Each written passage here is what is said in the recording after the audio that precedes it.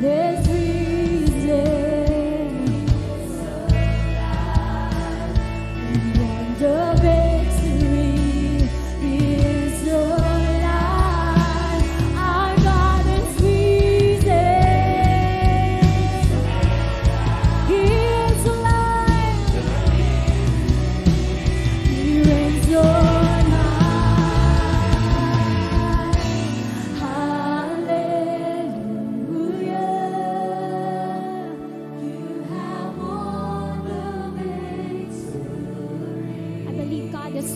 the praise that we can give Him right now.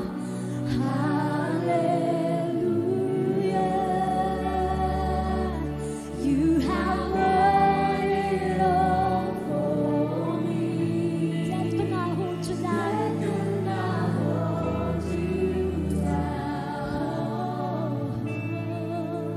You are the risen King.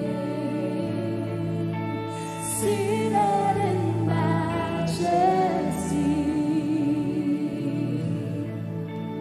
You are the risen King.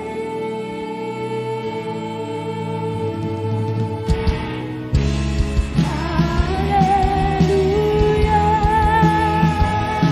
You have won the victory. Shout it out. Hallelujah. You have won it all for me. Death could not hold you down. You are the risen King. Seated in majesty. You are the risen King.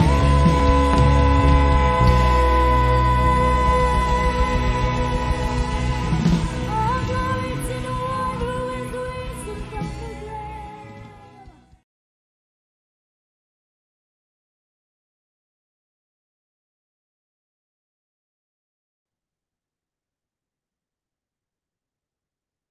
Praise God. Purihin po ang ating Panginoon. Hallelujah. What a wonderful God we serve. What a wonderful service what a wonderful worship na ating pong napakinggan kanina.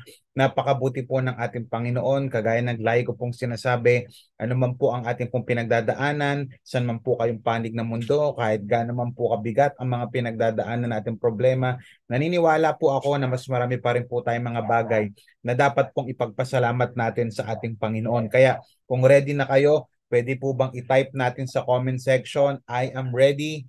Come on, type natin yan. Ready na ako. I am ready. Handa na ako. Depende kung anong language, anong dialect ang gusto nyo pong i-type dyan. Basta i-type nyo po, I am ready. Ready na ako. And why don't you share this stream? Kung ako po ay nagiging, alam mo yun, nagiging excited ngayon. Alam ko excited din kayo. At kung sa tingin nyo po nagiging pagpapala, nagiging blessing, ito pong ating online services every other Sunday. I want you to share this stream right now. I-share nyo po. Nandito po sa bandang ibaba yan. Hanapin nyo po yan. I-share nyo po yung ating pong live because I believe napakaganda po ng ating pag-uusapan and someone needs to hear this. Kung naniniwala ka, nabibless ka dito, dapat i-bless din natin yung ibang tao na pwedeng madaanan ng message na ito through your news feed o sa kanilang news feed, no? Kaya i-share natin ito. At ngayon po kasi, ngayong Sunday na ito, depende anong oras kayo nanonood, we are down to our third installment ng ating pong brand new series for the month of November entitled Wake Up Call. Everybody type that in the chat, Wake Up Call. Yan, type natin yan. It's time to turn our trials into triumph.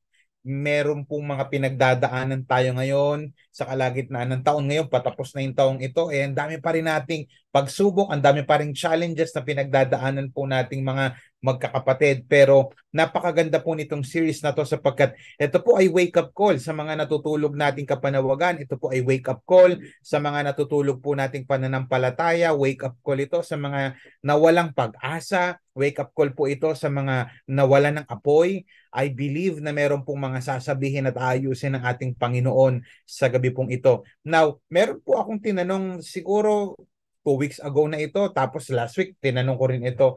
Naka-experience na po ba kayo o nakakaranas ba kayo ngayon ng event sa buhay mo na ikaw ay naaalerto at ito ay nakakapagpa-realize sa'yo na kinakailangan may magbago at kinakailangan maayos ang isang situation sa life mo? Type amen.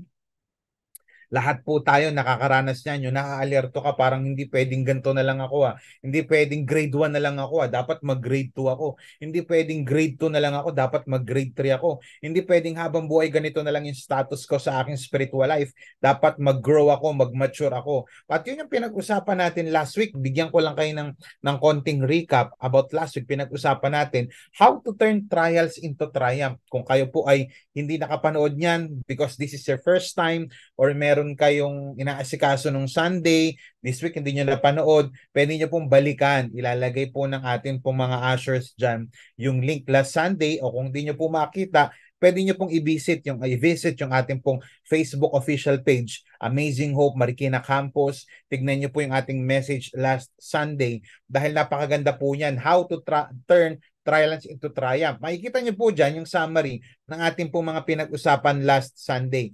Pinag-usapan natin, there must be something to account.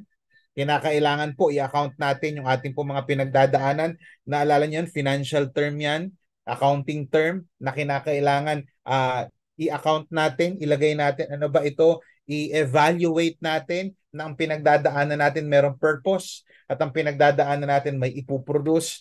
Pangalawa, there must be something to allow. How can I turn my trials into triumph? Dapat meron kang i-allow. I-allow mo yung perseverance to work in you. I-allow mo yung perseverance to work out your maturity. Naalala nyo pa yan? Kung hindi, you can visit ulit yung ating link and dyan sa baba, pwede nyo ring i-visit yung ating official Facebook page para at least makita nyo. Pangatlo, there must be something to ask. Kapag nagkakaproblema po tayo, ang dami nating hinihingi. Alam nyo, wala namang masamang humingi sa Panginoon. Kaya lang, we are asking the wrong thing. We are asking the wrong question. Dapat yung tama. Ano yung una? Kinakailangan wisdom. At we must ask it by faith. Now, napakinggan nyo na ba ito? Na dumaan na ba ito sa inyong mga news feed o sa inyong mga cellphones na may mga nagpadala sa inyo ng quote or email? Ito yung email ito yung quote ni Lee Iacocca. Iacocca. Yan, si Lee Iacocca. Sabi niya, even a correct decision is wrong when it was taken too late. Sabi niya, even a correct decision is wrong when it was taken too late. Kahit daw yung tamang desisyon sa buhay natin, kung ito ay ginawa natin late na, hindi ito tama.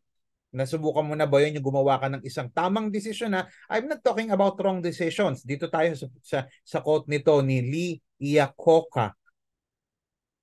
Napakaganda po nitong pag-usapan natin. Nasubukan mo na ba na gumawa ka ng isang tama? I'm not saying na mali. Hindi ko sinasabing ito ay wrong decisions, bunga ng emosyon lang. Hindi, as in tamang desisyon. Nasubukan mo na ba na gumawa ka ng isang tamang desisyon pero huli na ang lahat? Sa mga nagbe-business, nasubukan mo na bang gumawa ng tamang desisyon na mag-i-invest na ako pero huli na ang lahat? Ay wala na po, nakuha na po yung cart na to, ay nakuha na po yung slot na to na in-offer ko sa inyo. Sa mga mag-i-invest, pwede naman kaya lang tapos na po yung promo. Tama na yung decision mo kasi napag-isip-isip mo na may point, nakikita ka kaya lang huli na ang lahat. Sa school, sa mga nag-aaral dito, yung nakapag-desisyon ka na mag-aaral ka na ng mabuti pero wala na, tapos na yung semester, finals na. Yung nagdesisyon ka na ng tama na gagawin ko, mag-aaral na ako, magbabasa na ako ng mga assignments, gagawa na ako ng assignments, babasahin ko yung mga books, ano yung mga magre-review na ako. Tama na yung desisyon eh. Kaya lang tapos na yung school year. Bawi na lang next year. You see, even a correct decision is wrong when it was taken too late. Importante po na gumagawa tayo at nagdidesisyon tayo ng tama, pero mas importante na nagdidesisyon tayo ng tama sa tamang timing. Why? Kasi baka gumawa tayo ng isang desisyon na tama, pero mali na yung timing. Even sa relationship, yung gusto mo na siya pero meron na siyang iba. Ayan. Kaya minsan, we are not living our lives to the fullest. Hindi natin na ma-maximize yung blessing, hindi natin na ma-maximize yung pahiram na oras, pahiram na katawan, pahiram na pagkakataon ng Panginoon because gumagawa tayo ng mga tamang desisyon, kaya lang it was taken too late. Kaya ang isang tamang desisyon na ginawa sa hindi tamang panahon, At hindi tamang oras ay maling desisyon. Kaya napaka-importante pong pag-usapan natin ito. Itong quote na ito ay nagbibigay lang ng isang mensahe sa atin na ang time is limited. Pwede bang type natin sa comment section? Limited. Una, time is limited. Pwede bang i-type natin sa comment section? Time is valuable. So basically, gusto ko pong sabihin sa inyo na ang panahon natin ay limitado dito sa mundo at very valuable yung ating time. So, it can serve as a reminder. Ito pong quote na ito, pwede pong magbigay ng reminder that we should make the most of the time that we have. At wag po nating sayangin ito sa mga bagay na hindi naman talaga pasok sa mga pinapagawa sa ni Lord. Sa mga bagay na hindi mo dapat ginagawa. Sa mga bagay na hindi mo naman talaga dapat gawin kasi makasisira ng pangarap ng relationship, makasisira ng iyong pananampalataya. Now, I want you to join with me dito po sa Romans chapter 13, verse 11 through 14. I'll read the verse and then later I'll explain the context and re-reveal ko po yung ating topic. Romans chapter 13, verse 11 through 14. Mga tiga Roma 13, kapitulo 11, 11 hanggang 14 o 14 sa Espanyol. Sabi ng 11, this is all the more urgent. For you know how late it is. Time is running out. Wake up, for our salvation is nearer now than when we first believed. Verse 13. The night is almost gone. The day of salvation will soon be there. So remove your dark deeds like dirty clothes and put on the shining armor of right living. Verse 13. Because we belong to the day, we must live decent lives for all to see. Don't participate in the darkness of wild parties and drunkenness, or in sexual promiscuity and immoral living, or in quarreling and jealousy. Verse 14. Instead, clothe yourselves with the presence of the Lord Jesus Christ. And don't let yourself think about ways to indulge your evil desires. Purihin ng Panginoon sa pagkakabasa ng kanyang salita. Today, this morning, this afternoon, this evening, this madaling araw, depende anong oras po kayo nanonood. Pero kung pinapanood nyo po ito ng ating 7 and 10 and 1 p.m., gusto ko po sabihin sa inyo today, tonight, this afternoon, join me in our topic entitled, Before It's Too Late. Before it's too late. Ang malaking pwede bang type natin sa comment section, before it's too late? Come on, in-type natin dyan sa ating mga ka-amazing people of God dyan. Type nyo po, before it's too late. Now, ang malaking katanungan dito po sa umaga, tanghali, hapong ito, gabing ito, how to live your life to the fullest before it's too late. Paano ba ako mamumuhay to the fullest?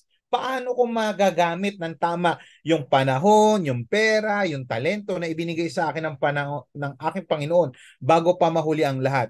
Listen, kagaya ng sinabi ko kanina, time is valuable and gusto ko sabihin sa inyo, time is limited. Nauubos ang oras at valuable ang oras. Pwede mong ibalik yung pera ang hiniram mo, pwede mong ibalik yung damit na hiniram mo, yung laptop, kotse, cellphone na hiniram mo, pero ang panahon na hiniram ay hindi na muling maibabalik. Now, tignan natin, paano ko, pastor, how can I live my life to the fullest? Now that I'm a Christian, ako ay isang follower na ni Jesus. Verse 11, this is all the more urgent. Pakisabi nga pakitype sa comment section, urgent. For you know how late it is. Time is running out. Wake up, for our salvation is nearer now than when we first believed. Verse 12, night is almost gone. The day of salvation will be there or will be here. So remove your dark deeds like dirty clothes and put on the shining armor of right living. How to live your life to the fullest before it's too late? Number 1, wake up. Come on, pakitype sa comment section, wake up, gising, gising. Hoy, gising. Come on, type nyo sa comment section, wake up, hoy, gising. Tas tag nyo yung mga kakilala ninyo. Now, mga kapatid, before I move on, no, itong salitang time, no, na pinag-uusapan natin refers to season of time. Ulitin ko, yung word na time refers to season of time. Itong whole verse na to na binabasa natin mula 11 hanggang 14 has something to do with the return of our Lord Jesus Christ for His people. Basically po, sa mga bagong nating kapatid o sa mga matatagal na o sa mga nakiki-attend at kayo po ay gusto makapakinig, meron po tayong tinatawag na tinuturo po ng Bible na second coming. So basically, si Jesus Christ ngayon nasa right hand of God, nasa kanang bahagi ng trono ng Ama, and then someday pinangako niya that He will come back for His people. Babalik po siya. The idea here na sinasabi ni Apostle Paul na sinusulat niya sa mga taga-Roma, the idea here na lahat po dapat kapag ikaw ay Christian, kapag ikaw ay believer, kapag ikaw ay follower of Christ, whether pastor ka o hindi, life group leader ka o hindi, core leader ka o hindi, estudyante, matanda, bata, may ngipin o wala, maputi, maitim, may buhok o wala, mayaman, mahirap, basta Christian ka, ang sinasabi lang ni Apostle Paul na maa-apply natin sa buhay natin ngayon, we should keep our eyes doon sa muling pagbabalik ng ating Panginoon. Why? Because this changing world is so, alam mo yun, sobrang nabubulok po yung sistema ng sanlibutan ito. At dapat maunawaan natin, magkaroon tayo ng full understanding that whether we like it or not, ito yung sinasabi kong kalooban ni Lord, na whether handa ka o hindi, whether gusto mo o ayaw mo, darating siya. Darating si Lord at malapit na po ang kanyang muling pagbabalik. Kaya po imagine ninyo, nandiyan yung signs, gera, earthquake, matinding tagutom, tensions of war, at hindi lang tension, talagang war na. You see, darating po ang ating Panginoon. Kaya kung ikaw ay isang Christian, ikaw ay isang palataya, number one, I want you to realize that we need to wake up urgently. Pakitype nga sa comment section, urgently, that's number one, wake up urgently. Sabi ng verse 11, this is all the more urgent. Sabi po sa verse 11, for you know how late it is. Alam mo na, sobrang late na ito na to. Time is running out. Kagaya ng sabi ko kanina, ang buhay natin dito sa mundo ay valuable at most of all, limited. Hindi po unlimited ang buhay natin. Hindi po unlimited ang lakas natin. Hindi po unlimited ang time natin dito sa mundo. Time is running out, limited, and time is valuable. Kaya sabi ni Apostle Paul, wake up, for our salvation is nearer now than when we first believed. Sobrang lapit na. Si Paul, he was inspired by the Holy Spirit at ine-exhort niya sa mga mananampalataya na i-observe ninyo yung mga signs of the times and wake up doon sa complacency. Masyadong naging complacent yung mga Christians. And even up to now, marami pong Christian na sobrang complacent. Tsaka na ako babalik kay Lord. Mukhang matagal pa naman bumalik si Lord. Tsaka na ako babalik, tsaka na ako magsaserve, malakas pa ako. Tsaka na ako magsaserve kapag ka-retired na ako. Kapag yung wala na ako magawa sa buhay. Ang akala nila, ang mga nagsaserve kay Lord, ang mga sumusunod kay Jesus, yung bang wala nang magawa sa buhay, yung mga tambay. Remember, ang pagsaserve kay Lord, hindi ito gawain ng tambay o walang magawa lang sa buhay. Ang pagsaserve kay Lord, gawain ito ng mga young professionals, gawain ito ng mga estudyante, ng mga nanay-tatay na may mga kanya-kanya mga pinagdadaanan, problema at kanya-kanya mga priorities pero hindi complacent pagdating sa pagiging Christian. Isa sa mga kalaban ngayon sa modern Christianity is complacency.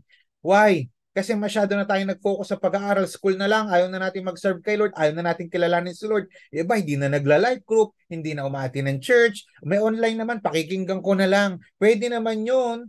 Wala namang masama doon, kaya lang minsan nagagawa na lang natin excuse yung online tapos hindi naman tayo nakikinig. Don't get me wrong ha, it's okay to attend our online church, pero see to it na kapag time magsimba, time makinig.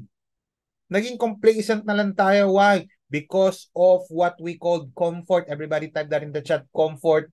Masyado na tayong komportable. Masyado nang okay.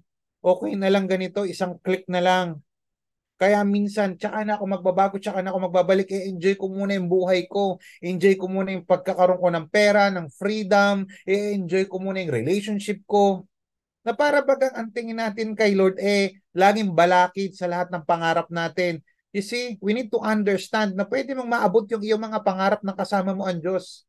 Pwede kang kumita ng pera na kasama mo ang Diyos. Pwede kang mag-aral, ma-achieve mo yung mga pangarap mo sa buhay, yung maayos na pamilya, nakasama mo ang ating Panginoon. Hindi kailanman balakid si Lord sa pagiging matagumpay ng isang Christian. Kaya lang ang tingin natin kung minsan kay Lord, kontrabida. That's why we need to wake up urgently. We need to do something about our church, our life group, about our spiritual life.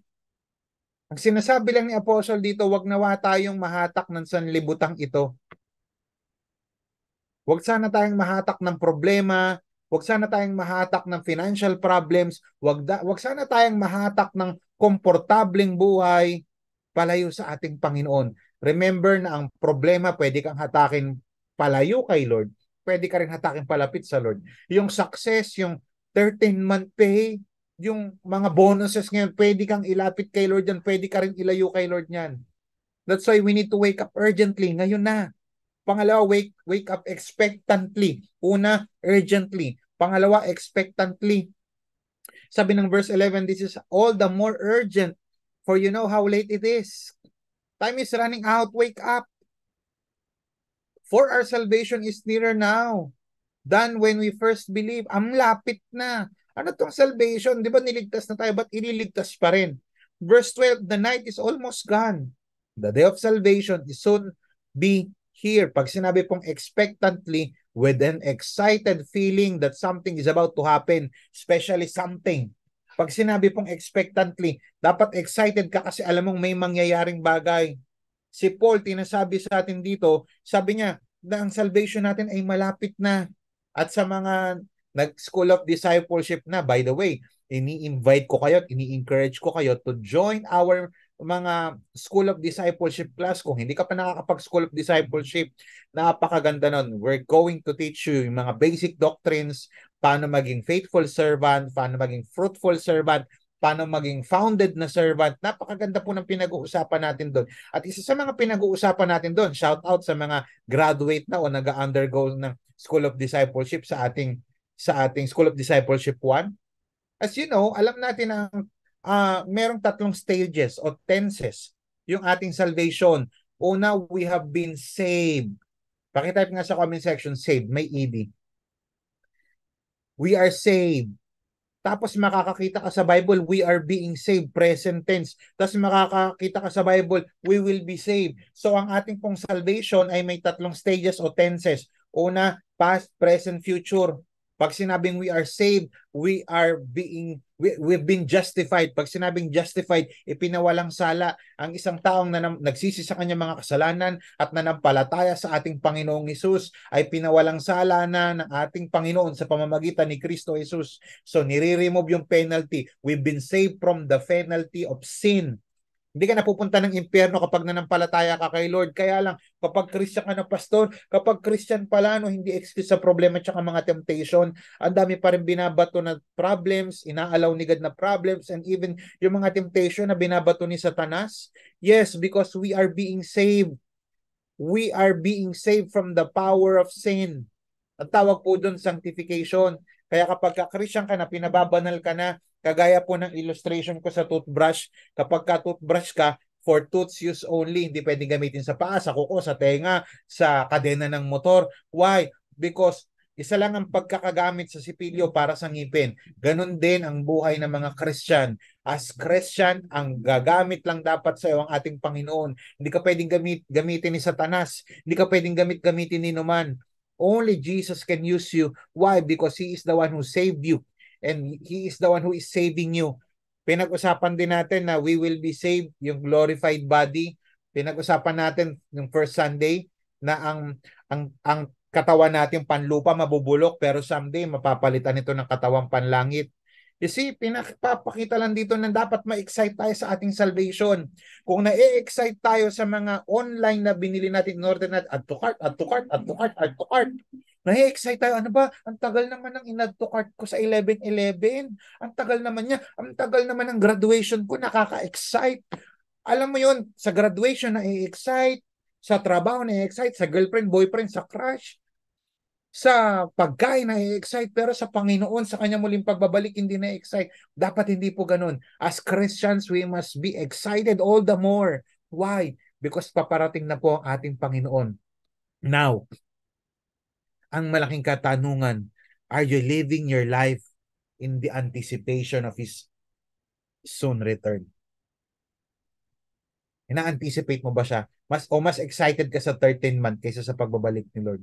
Mas excited ka sa December 25. Wala namang masama i-celebrate yung birthday ni Lord ng December 25. Pero yun yung sineselebrate natin yung first coming. Sa kanyang muling pagbabalik, excited ka ba? Wake up. Dapat yun yung kina-excite natin mga Christians. We should be excited sa ating kaligtasan, yung ultimate salvation natin, which is glorification. Pwede po bang palakpakan natin ng ating Panginoon? Pangalawa, tingnan natin yung verse 12 hanggang 13. The night is almost gone.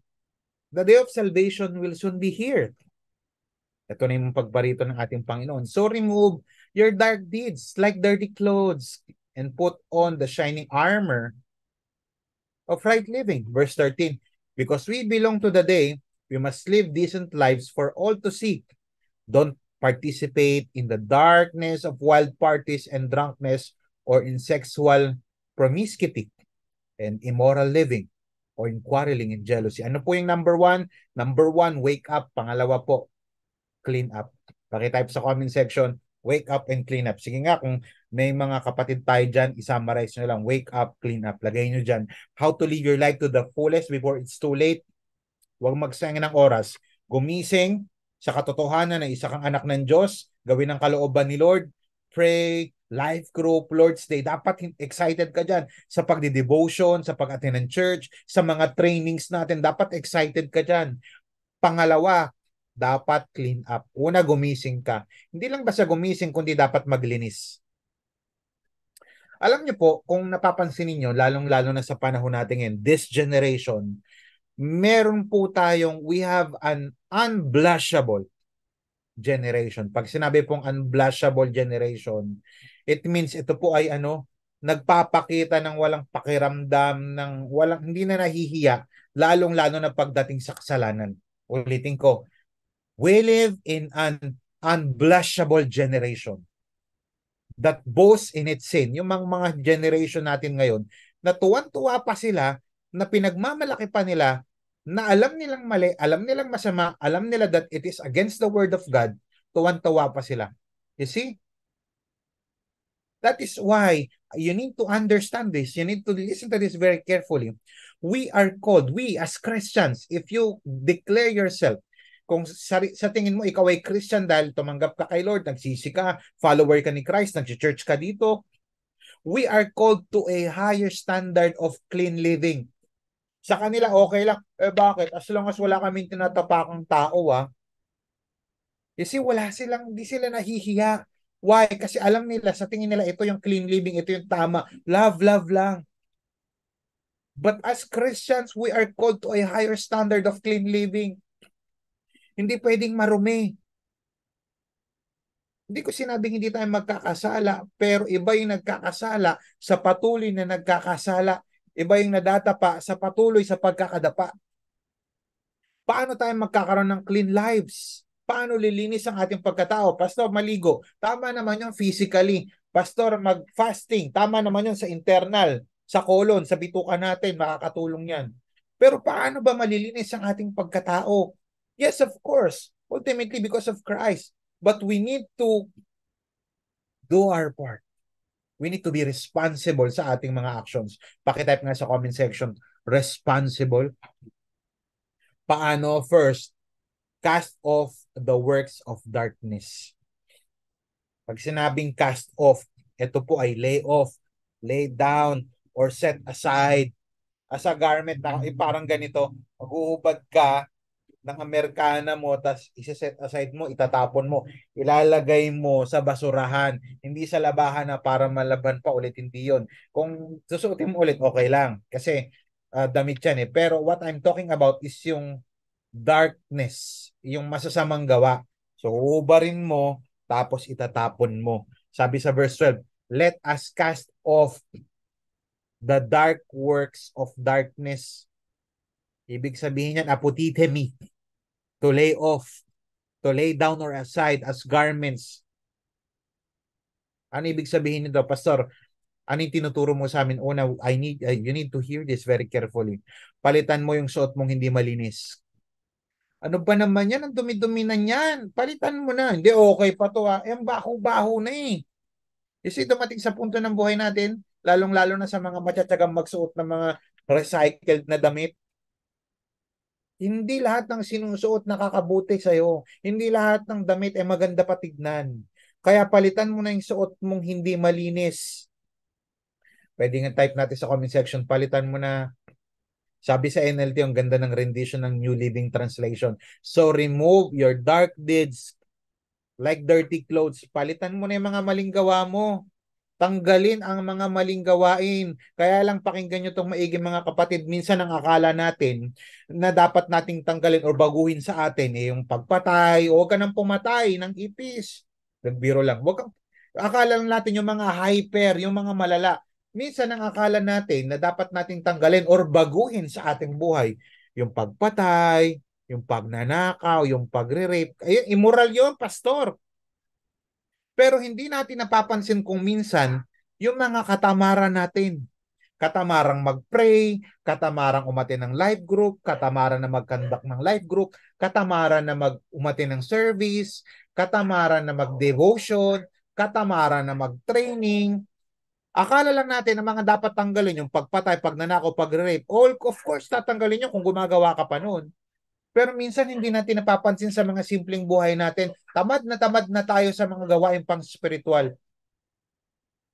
Yung pagpapawalang bahala natin sa relationship natin sa ating Panginoon. Yung hindi natin pagpapatawad. Hubarin na natin yan, yung katigasan ng puso. Yung hindi pagsunod, katigasan ng ulo. Yung hindi pag-evangelize, yung hindi pag-share ng Word of God, yung hindi alam mo yun, yung unang nakapag-life retreat on fire, yung natuto, ang daming natutunan, bumigat yung ulo. Kaya lang wala ng puso para sa lost. You see, tanggalin ang mga maling gawain. Pangalawa, put on the armor of light. Siyempre, kapag ka may tinanggal, dapat may susuotin. Ano po yung panguna? Yung panguna natin, cast off the works of darkness. Pangalawa, put on the armor of light. Ano ibig sabihin, Pastor? Kapag ka may tinanggal ka, kailangan may ipalit ka pa rin. Sabi ng verse 12 sa New King James Version, the night is far spent, the day is at hand, therefore let us cast off the works of darkness. Tanggalin, hindi lang dapat tanggalin. Kasi maraming nagtanggal, tas wala namang isinuot. And let us put on the armor of life o light. Ini-insist ni Paul na ang mga Christian dapat mag-prepare, na dapat prepared dapat tayo sa ating armor. Kaya sabi diyan, armor of light. Naalala ko, 15 years ago, when I attended a life retreat, that was April 2, 3, 4, 2009. After ko mag-life retreat na yun, meron akong mga hindi magagandang babasahin yung mga magazine. Mga magazine na nagpo-promote ng lust. Mga magazine na nagpo-promote na nagpapakita ng katawan ng mga babae. So, kompleto ako nun for 2 years. 2 years yun. 2008, 2000, 2007, 2000, 2008 at saka yung 2009. Yung mga unang months ng 2009. So kompleto ko nun. Monthly, sinusubaybayan ko yung magazine na yun. And then after ko mag-life retreat, I realized what I was doing, what I was reading was wrong. Mga mali, darkness. Sa iba okay lang eh. Pero pagka sa salita ng Diyos, it's wrong. Yung mga mahahala, hindi magagandang babasahin. So hindi ko lang siya basta-basta sinunog o itinapon. Pinalitan ko ng bagong babasahin. That's why ako po, nagbasa ako ng Bible, leadership books, yung mga books na kung saan may enhance palalo yung aking pananampalataya sa aking Panginoon. Ano yung ibig sabihin dito? Kasi gusto ko pong i-emphasize sa inyo na hindi lang basta may tanggalin, dapat may baguhin din, may ilagay kang bago. Tinanggal mo nga, umalis ka nga sa mga kaibigan mo na ini-impluwensyahan ka sama-sama, hindi ka naman naglagay ng bagong kaibigan, edi may tendency bumalik ka doon. Kapag ka may inalis ka sa buhay mo, dapat may ipalit. Responsibilidad natin, mag-pray, syempre, maglalagay si Lord, pero responsibilidad natin amuyin, hanapin, isik kung sino ba yung mga taong makakatulong sa akin. Pag sinabing word na armor, dito po sa verse 12, hoplon. Ang ibig sabihin arms, armor, weapons, whether offensive or defensive. Listen, Christian life is not about defensive mode. Not just about defensive mode, na depensa ka ng depensa. No. Christian life is about offensive mode as well. Sa basketball, hindi ka mananalo kung puro depensa. Although maganda depensa, hindi rin naman mananalo ang isang basketball team kung puro lang shoot tapos hindi marunong dumipensa. Kinakailangan marunong mag-offense at kinakailangan mag-defense. Ganon din sa Christian life. Kaya si Paul, matindi yung kanyang pagpili ng salita. At yung kanyang salita, pinili niya yung salitang armor. Why? Because the word implies, listen to this, that Christian life is not a fashion show. Christian life is about battle. To be awake is to be at war. Hindi kapag ka, alam mo ba, simula, you need to listen to this very carefully. Hindi, masaya maging Christian. Kasi save ka, masaya maging Christian, i-bless ka ni Lord, according sa kanyang will, masaya maging Christian, alam mo, meron kang relationship sa Diyos ng mga Diyos at Hari ng mga Hari. Kaya lang, you must realize that Christian life is not a fashion show. Ano kaya susuotin ko? Ano kaya? Magandahan ko kaya ang forma ko? Na walang masama na gandahan yung formang panlabas. That's good. Kasi kaaya-aya tignan sa harapan ng tao. Kaaya-aya rin naman tignan sa harapan ng Diyos kapag maayos. Hindi ko sinabing magsuot kasi ng pangit. Hindi ko naman sinabing kapag suot mo luma hindi na rin maganda sa harapan ng Lord. Kasi nakatingin si Lord sa puso. What I'm trying to point is this. Mag-ayos tayo. Physically, outside, pwede ka magpaayos ng buhok, pwede ka magpaayos ng ngipin. Physical yan Kaya lang ang Christian life, hindi ito pagandahan lang ng outer appearance. Ang Christian life, hindi lang ito about parang fashion show na tuwing linggo, sana magustuhan nila yung damit ko. Christian life is a war. It's a battle na kinakailangan mapagtagumpayan natin araw-araw. Why? Because we are on an ongoing battle. The moment na nagrepent ka ng mga kasalanan mo, tumalikod ka sa kupunan ni Satanas. The moment na talagang pinili mo maging Christian at sumunod kay Lord, hindi natutuwa si Satan. Gagawa si Satan ng mga pangyayari, mga tao, gagamit siya ng mga bagay, ng mga tao, pangyayari para ilayo ka sa Diyos at para bumalik ka sa dati mong pananampalataya. Pananampalataya sa Satanas, kay Satanas. You see? We are at war at hindi po pwede mga pabanjing-banjing mga kapatid, kaya nga may spiritual discipline. Imagine mo ang isang boksingero lalaban ng mga 36 minutes kung sa 12 rounds 33 minutes. Tapos ang training kalahating taon, 6 months. Mas matagal pa yung training kaysa sa inilaban. Kaya ganun ka-importante yung mga spiritual trainings and discipline. Kaya importante yung pag-pray individually, importante yung pag-pray corporately, importante yung pagla-life group, pag-attend ng life group, kung ikaw ay life group leader, hindi mo pwedeng hayaan yung iyong dinidisciple na pagpiestahan ni Satanas, lapain ni Satanas. We need to do something about it. Hindi pwedeng hindi nag-church. Why? Kasi yun yung gathering ng mga saints. Yun yung gathering ng mga believers. Listen, kung Christian ka ngayon at gusto mo mag-desisyon na talaga magtuloy-tuloy, hindi pwedeng wala ka lagi sa gatherings. Because those are spiritual disciplines. Devotional time, our trainings, SOD, our ignites. Magkakaroon tayo ng ignite, magkakaroon tayo ng mga conferences. We need to be united in that activities na dapat sama-sama. Why? Kasi kinakailangan equip tayo. Kaya pansinin nyo yung isang baga na uling nagbabarbecue, subukan mong alisin yung isa doon. Anong mangyayari sa isa? Mamamatay yun. At ang patuloy na magbabaga, kahit nga walang baga, ilagay mo sa nagbabagang uling magkakabaga later on. Why? Kasi iba ang nagagawa ng mga trainings and community natin. At syempre, iba ang nagagawa yung pakikipag-commune natin sa ating Panginoon. Uulitin ko mga kapatid, put on the armor of light. Hindi pwedeng may tinanggal ka tapos wala kang ipapalit. No, no, no. Babalikan ka ni Satanas. Ulitin ko, Christian life is not a fashion show. It's a battle. Sabi mo sa comment section, laban ito. Hindi ito pwedeng Christian ka na pa-cute-cute ka lang. Yan sarap. Okay lang, makikinig lang ako pero di ako magde-devotion. No, no, no, no, no. Your quiet time is important. Why? Because every day is a battle. Pangatlo, behave properly. Una, cast off the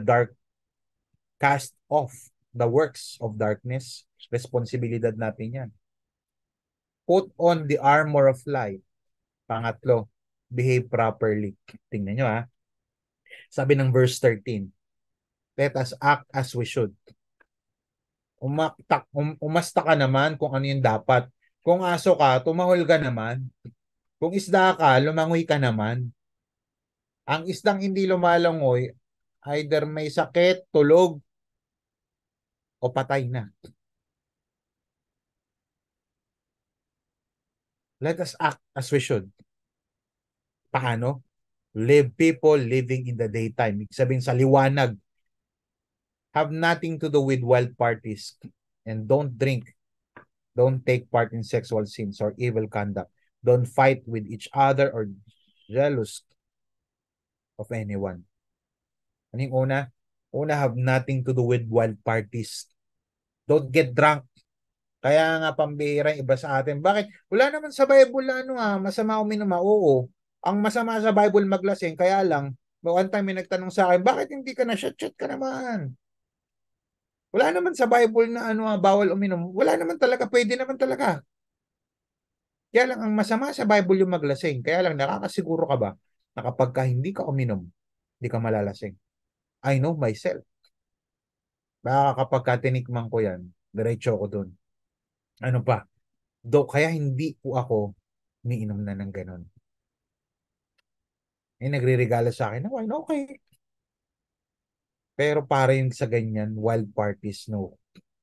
Don't take part in sexual sins or evil conduct. Kaya avoid sexual immorality. Yung mga may girlfriend, boyfriend, huwag niyong gawin yung ginagawa ng mag-asawa kasi hindi kayo mag-asawa. Avoid sexual immorality. Don't fight with each other or be jealous of anyone. Avoid spiritual family feud. Yung pag-aaway-away dito sa tahanan ng Diyos. Yung konting kiskisan, yung konting tampuhan, dapat maayos yung kasi parte na may kiskisan eh. Parte ng Christian family na may tampuhan, na hindi may pagkakaunawaan kasi iba kumakain ng gulay, iba karne lang. Yung iba naman kumakain, umiinom ng soft drinks, iba hindi. Kanya-kanya tayo ng trip sa pagkain, sa kanya-kanya tayo ng personality. Pero wag nating gamitin ito para mag-away-away tayo. Wag tayong mang-away. Meron talagang hindi pagkakaunawaan ko minsan, pero napaka-importante na hindi humantong sa samaan ng loob. You see? Itong image na to, yung wild party, sexual immorality, pag-aaway-away, pinapakita nito na meron talagang conflict. Sa loob ng tahanan may conflict. Sa loob ng relationship may conflict. Sa loob ng katawan natin may conflicts. May conflict, ano yun? Gusto mong sundin yung spiritual mong pagkatao weak. Kaya lang yung karnal mo tinatawag mo na, huwag ka na mag-church. Hindi, mag-church ako. Hindi, tulog ka na lang. Ay, huwag ka na magbigay. Huwag kang magbigay. May pangangailangan kaunahin mo. Hindi, dapat kay Lord una muna eh. Hindi, okay lang yan. Kasi may conflict. Kaya may labanan na nangyayari at dapat magtagumpay lagi dito yung kaliwanagan. Magtagumpay dapat lagi dito yung ating spiritual side. Kaya pag sinabing cast off, ibig sabihin action word ito na kinakailangan tayo ang gumawa. May paglilinis na sinasadya. Kung gusto mong luminis, kinakailangan sadyain mo. Kung gusto mo makatapos ng pag-aaral, sadyain mo. Kung gusto mong maligo, sinasadya ang paliligo. Gusto mong mabusog, sinasadya ang pagkain. Kung gusto mong umayos ng iyong buhay, sinasadya ang pag-ayos ng iyong buhay. Linis din pag may time. Pwede man type sa comment section, linis din habang may time. Palakpakan natin ang ating Panginoon. And lastly, verse 14. Sabi ng verse 14, dress yourself in Christ and be up and about. Sabi yan sa The Message. Sa ESV, ang ganda niya sa verse 14. Put on the Lord Jesus Christ and make no provision for the flesh to gratify its desire. Pangatlo, dress up. Ano po yung una mga kapatid? Yung una, wake up. Pangalawa, clean up. Pangatlo, napakaganda nito. Pwede bang type natin sa comment section, dress up, dress up. Paano ko isusuot to, Jesus? Para isuot mo si Jesus, hindi ito yung literal na flesh o yung literal na kung ano pa man. Ibig sabihin, ito ay figuratively, we must act. We must live. Number one, we must live like Jesus intentionally. Pwede nga type sa comment section intentionally. We must live like Jesus intentionally. Verse 14, be like the Lord Jesus Christ so that when people see what you do, they will see Christ. Pag sinabi palang dress up, figuratively speaking, mamumuhay ako kagaya ni Jesus Christ. Hindi para maging Diyos na siya na yung Diyos. Hindi, hindi. Para maging kagaya ng anak ng Diyos, ang pattern natin ay the Son of God, si Jesus Christ. Living like Jesus intentionally means, listen to this, embracing His teachings. Paano, Pastor? Paano mong i-expound yung living like Jesus intentionally? Ano itsura niyan? Pakinggan nyo maigi ito. Living like Jesus intentionally means, number one, sulat nyo to wala yan sa PowerPoint. Number one, embracing His teachings. Yayakapin mo ang kanyang katuruan. Kung ano tinuturo niya, yun yung standard mo ng pamumuhay. Hindi yung sinasabi ng nanay mo, ng tatay mo, ng ate mo, ng social media, hindi sinasabi ng emotion mo. Ano man ang sinasabi ng ibang tao na contradict sa salita ng Diyos, hindi yung totoo. Ang totoo ay ang salita ng Diyos. So, paano kung mabuhay kagaya ni Jesus? You need to embrace His teaching. Pangalawa, walking in His footsteps. Kapag ka alam mo yung teaching ni Lord, maglalakad ka kung paano siya naglakad. In other words, listen to this, we must represent Christ well. How can I represent Christ? Follow His teaching, walk in His footsteps. Hindi lang ito, mga kapatid, patungkol sa praise the Lord, hallelujah. It's about action because action speaks louder than words. Habang tayo po ay namumuhay dito, let us strive to be a living testimony patungkol sa grasya, sa grace ni Lord, sa mercy ni Lord na ating natanggap ng libre lamang. Pangalawa, live like Jesus constantly. Una, intentionally. Pangalawa, constantly. Sabi ng verse 14, don't think about how to satisfy the desires of your sinful self. Pag sinabing instead or but, ang ibig sabihin yan all the times, at all events. Maraming tao nagising sa katotohanan, pero alam mo yun, nakakita ka na ng nagising na tao, tapos tulala lang maghapon, nakaiga lang maghapon. Nagising pero wala namang ginawa. Ganon din, maraming Christians, spiritually speaking, nagising, oo nga, no, tama yung sinabi ni Pastor. Oo nga lang na oo nga, pero wala namang ginagawa. Kaya napaka-importante ng combination nito. Live like Jesus intentionally and constantly. Kamusta? Kamusta ka sa school? Intentional ba na nakikita ng mga classmate mo at nakikita ng teacher mo at nakikita ng mga schoolmates mo nakamukha ka na ni Jesus? Hindi ko sinabing itsura, kundi kawangis ka na, kaugali ka na ni Jesus. Kamusta sa school? Alam ba ng boss mo na Christian ka? Alam ba ng mga katrabaho mo na Christian ka? O secret agent ka? Alam ba ng mga relatives mo na Christian ka? Alam ba ng asawa mo na Christian ka? Alam na ba ng girlfriend, boyfriend mo na Christian ka?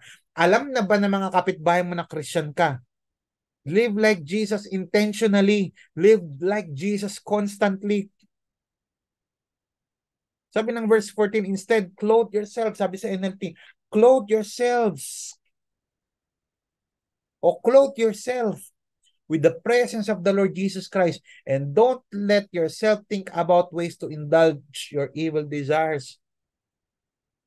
Ba't ko sinasabi ito? Kasi sa totoo lang, malaki ang kinalaman ng sinusuot mo sa image mo o pagkatao mo. Sir, ulitin ko malaki ang kinalaman ng suot mo sa image mo o pagkatao mo. Kaya napaka-importante, ano ang suot mo? Kung ano suot mo, pinapakita mo kung sino ka. Malamang sa malamang, malamang sa malamang.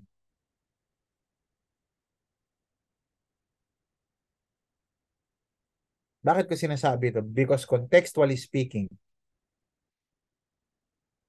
bakit ko sinasabi po ito? Kasi nung una, yung patungkol sa damit, nung kapanahunan nila Jesus Christ, ang kasuotan ang magsasabi kung saan ka nabibilang na estado o grupo. Kapag ka pariseyo ka, alam nilang pariseyo ka. Bakit? Yun kasi may mga certain na suot ang pariseyo. Kapag Saduceo ka, alam nila na Sadducees ka. Alam nila na priest ka. Yan yun. Alam nila na kapag ka tax collector ka, meron din. Alam din nila na kapag mayaman ka. As a matter of fact, yung mga mahihirap, nung panahon nila Jesus Christ, meron silang ibang lugar na tahanan. Ang mga mayayaman, ang mga politicians, nasa loob ng city. Iba nasa labas. Bahay yun. May itsura ang mga bahay noong unang panahon. Same as with us. Bakit yung mga mayaman, executive village? Kasi may kinalaman yung yun sa estado ng buhay nila. Kaya pagka Roman soldier ka, alam din na Roman soldier ka kasi nakadepende sa sinusuot mo. Kaya napaka-importante suotin mo si Jesus Christ para ma-identify ka. Kaya identified na parito, ay pariseyo to, suot nila. Ay identified to. Identified to, soldier to. Ay identified to. Mayaman to. Sa panahon natin, pwedeng pikiin pero sa kanila hindi. Ganun talaga sila manood, manamid. Alam nila kapag ka ito ay ganito, ganyan. Sana rin sa panahon natin ganun.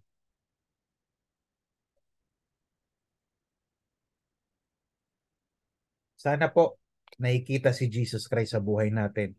Whether ikaw ay nasa school, nasa work, nasa business world, whether ikaw ay professional, whether ikaw ay nanay o tatay, sana nakikita ng asawa mo, ng anak mo, ng pagkakrisyan mo. Why? Kasi kapag kasuot mo si Jesus Christ, siguradong identified ka at sigurado ang katagumpayan mo. In conclusion, let me close with this. Sabi ng verse 11, this is all the more urgent. Urgent po ito. Pag sinabing urgent, hindi ito biro. Urgent na talaga. ASAP, as soon as possible. Finish or not finish, urgent na yan, pasa na. For you know how late it is. Time is running out. Wake up, for our salvation is nearer now than when we first believed. It's time to wake up, mga kapatid. It's time to clean up. Ano yung mga dapat linisin sa buhay mo? Ano yung dapat mong suotin? Sabi ni Jose Nisha, life is precious thing. Life is a precious thing. You never know when you're going to lose it. Live life while you can because you never know which second is going to be your last. Ibig sabihin, pinapakita rin ng quote na ito, hindi mo alam kung hanggang kailan ang buhay. Kaya please, pahalagahan ito. At kung meron ka mang ultimate, importanteng gagawin sa buhay mo, yun yung mag-respond sa alok ni Jesus Christ na kaligtasan na matatagpuan lamang sa pamamagitan ng kamatayan ni Jesucristo. Lastly, sabi ni Adrian Rogers, life is too short. Eternity is too long. Souls are too precious. And the gospel is too wonderful for us to sleep through it all.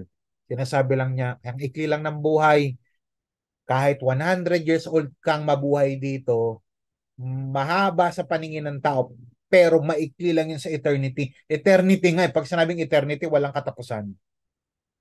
Napaka-precious na mga kaluluwa na create ni Lord.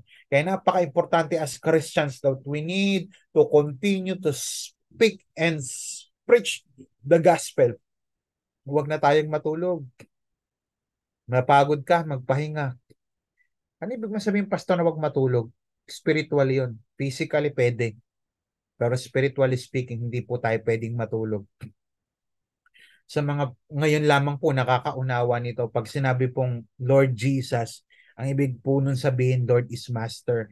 Ibig sabihin, nasa Kanya po ang buo nating pagtitiwala. Kapag sinabi naman pong Savior, siya po yung tumubos sa ating mga kasalanan. Pag sinabi pong Jesus Christ the King, He rules over us. He is the absolute King over us. He is in absolute control over our lives. So, Master, Savior, and King. Is Jesus Christ your Master, Savior, and your King? Kung hindi pa, why don't you consider accepting Christ in your life right now? Kung matagal ka namang Christian at mukhang hindi mo Master at Savior at King si Jesus Christ dahil lumayo ka, nasa church ka pero nag-backslide ka na. Uma-attend ka pero hindi mo sinusunod si Lord. It's time to consider recommitting your life to Him. I pray that you let Christ rule over your life. We have a free will. Kaya naman, respond well. Let us pray. Panginoon, maraming salamat po sa pagkakataong ibinigay niyo po sa amin. Thank you for reminding us that we are sinners. And what makes it worse is that the penalty of our sins, being sinners, is death.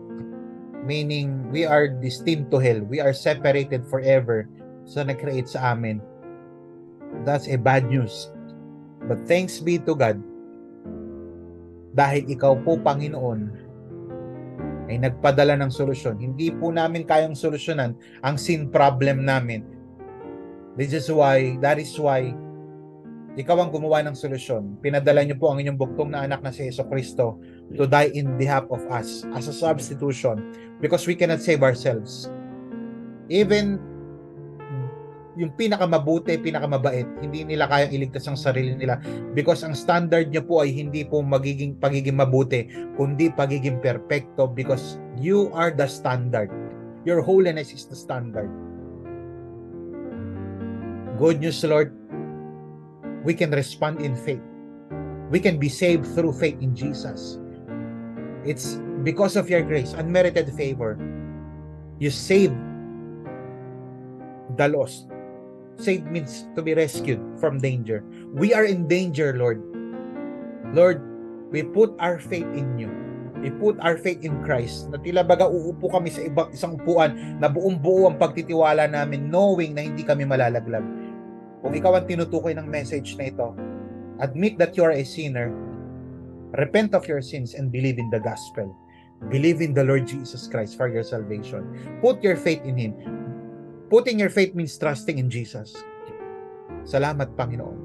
God, sino naman dito ang matagal na pong Christian at matagal nang natutulog ang kanyang Christian life, devotional life, prayer life, yung kanyang being, yung leadership life, matagal nang tulog, gisingin niyo po siya, Panginoon. I pray for restoration and healing sa mga may sakit ngayon, Panginoon. Gamitin niyo po yung kanilang karamdaman para lumapit sila sa inyo. Lord, I pray pagalingin niyo po sila at kung hindi pa po timing para pagalingin niyo sila, hindi po ito excuse para lalo silang lumayo sa Lord, kundi ito ay dahilan para lalo pa po kaming lumapit sa inyo. Purihin ka, dakilain ka, sambahin ka, luwalhatiin ka. Ikaw lamang ang may angat sa aming mga buhay. Kapatid, kung naririnig mo itong boses na to, do not harden your heart. It's time to wake up. It's time to clean up. And it's time to dress up. We worship you, we glorify you. In Jesus' mighty name we pray. Amen and amen. Praise God. Purihin ang ating Panginoon. Are you blessed? Pwede bang type natin sa comment section natin, I am blessed. Blessed po ba kayo sa ating message? At kung blessed kayo, syempre, ito yung pagkakataon na i-bless naman natin yung church ni Lord. Dito po sa akin pong screen na ito, makikita nyo po yung ating pong giving, ways of giving natin. Pastor, bakit po nagbibigay? Una sa lahat, utos ito ng Diyos. Pangalawa, ang pagbibigay ay pribilehiyo na ibinibigay ng Diyos, lalong-lalo na sa kanyang mga anak. Kaya kung ikaw ay anak ng Diyos, magtanim ka sa kaharian ng ating Panginoon because God knows your needs. Alam ng Panginoon ang iyong pangangailangan at alam ng Panginoon kung kailan ito ibibigay sa iyo. Kung ikaw ay follower ni Christ, we are mandated, commanded, we are obliged to give our tithes and offering to the Lord. Mga kapatid, nagbigay po tayo. Kung ikaw naman, napadpad ka dito sa termino nila naligaw, pero naniniwala ako hindi ikaw naligaw. Sa mata mo naligaw, pero it was ordained by God. Nakapakinig ka ngayon, na-invite ka. Hindi ka obliged magbigay. But if you feel in your heart that you want to bless God's church, you can give freely. And salamat po sa patuloy pong ang mga nagbibigay. Gusto ko po i-announce sa inyo na sa darating pong last Wednesday ng month, I invite you all sa ating November Ignite. Doon po ilo-launch po natin yung ating pong Expansion 2024. I want you to be excited because ito yung ino-open na pintuan ni Lord para magbukas siya ng pagpapala na makapagbigay tayo sa kanyang gawain. This is Pastor Paul. Napakaganda ng message ngayon. Kapatid, it's time to wake up sa ating pakatulog. It's time to clean up, linisin. Ang dapat linisan at isuot natin ang mga turo at yung kung paano mamuhay si Jesucristo sa pamamagitan ng kanyang salita. See you next week. God bless. Let's continue to make disciples. Let's continue to love God, love people.